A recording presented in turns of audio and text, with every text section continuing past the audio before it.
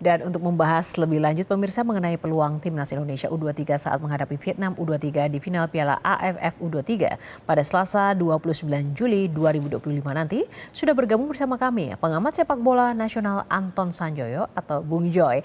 Bung Joy, selamat sore. Selamat sore, Yohana. Ya, ini kabar gembira buat kita semuanya, tapi masih ada satu tahapan lagi nih. Nah, sebelum kita membahas Vietnam, menurut Anda bagaimana penampilan anak asuh Gerard Vandenberg saat mengalahkan Thailand lewat babak adu penalti tadi malam, Bung Joy? Ya, setelah kecewa dengan dua penampilan sebelumnya melawan Filipina dan melawan Malaysia, kemarin adalah mudah-mudahan bukan puncak penampilan dari timnya Gerard Vandenberg ini ya. Karena mereka kemarin tampil luar biasa, meskipun sempat ketinggalan, mereka menunjukkan kekuatan mental yang menurut saya jauh di atas rata-rata tim lain. Eh, Mereka tetap mendominasi jalannya pertandingan, tak kunjung mencetak gol, malah kebobolan duluan. Tapi dengan determinasi yang terus-menerus tidak henti, mereka akhirnya bisa mencetak gol balasan pada menit ke-83. Itu udah sangat terlambat ya. Jadi kalau mungkin 1-2 menit lagi mereka tidak bisa cetak gol, barangkali memang sudah patah. Tapi ya kemarin kita lihat anak-anak muda ini tidak pernah patah dan di babak perpanjangan waktu pun mereka tetap fight. Kelihatan betul perbedaan yang sangat signifikan dalam pertandingan terakhir melawan Malaysia yang tampak tidak terlalu kelihatan eagernya untuk memenangi laga ya. Dan kemarin itu menurut saya mudah-mudahan jangan jangan jadi laga pemuncak mereka. Laga puncaknya nanti hari Selasa melawan Vietnam yang menurut saya juga tipikal permainannya lebih tricky daripada Thailand yang ini mesti diwaspadai. Dan Nah, bicara saya soal juga Vietnam, ini agak seperti apa Bung Joy? Peluang ke depan Bung Joy dengan Vietnam? ya ini baru saya mau katakan melawan Vietnam itu sebetulnya tingkat kesulitannya kurang lebih sama dengan Thailand dan Vietnam nyaris tanpa pemain yang cedera ya. Sementara Indonesia ada 3 pemain utama yang cedera, Arkan Fikri cedera, Tony Firmansyah juga cedera. Kemarin Jens Raven kesakitan di akhir laga.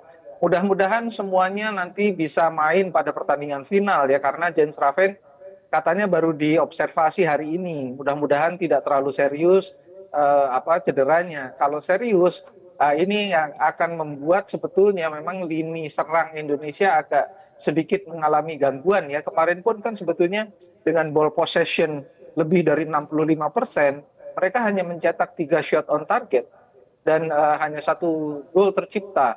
Ini yang masih menjadi kekhawatiran banyak orang juga karena Jens Raven kan so far adalah top scorer dengan 7 gol.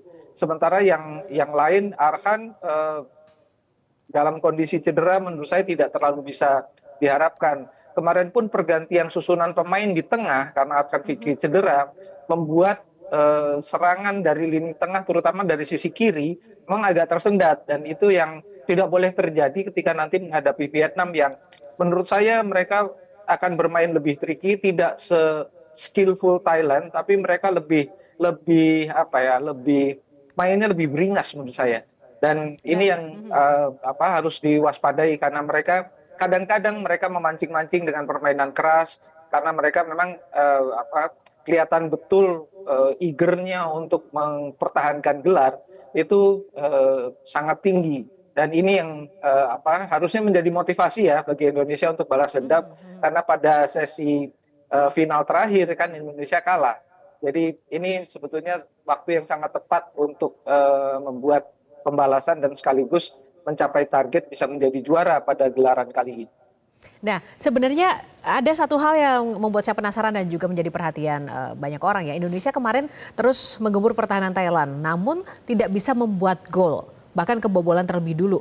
Nah, apakah ini karena ada strategi yang kurang atau apa yang memang harus benar-benar diperbaiki agar tidak terulang lagi nanti ketika menghadapi Vietnam?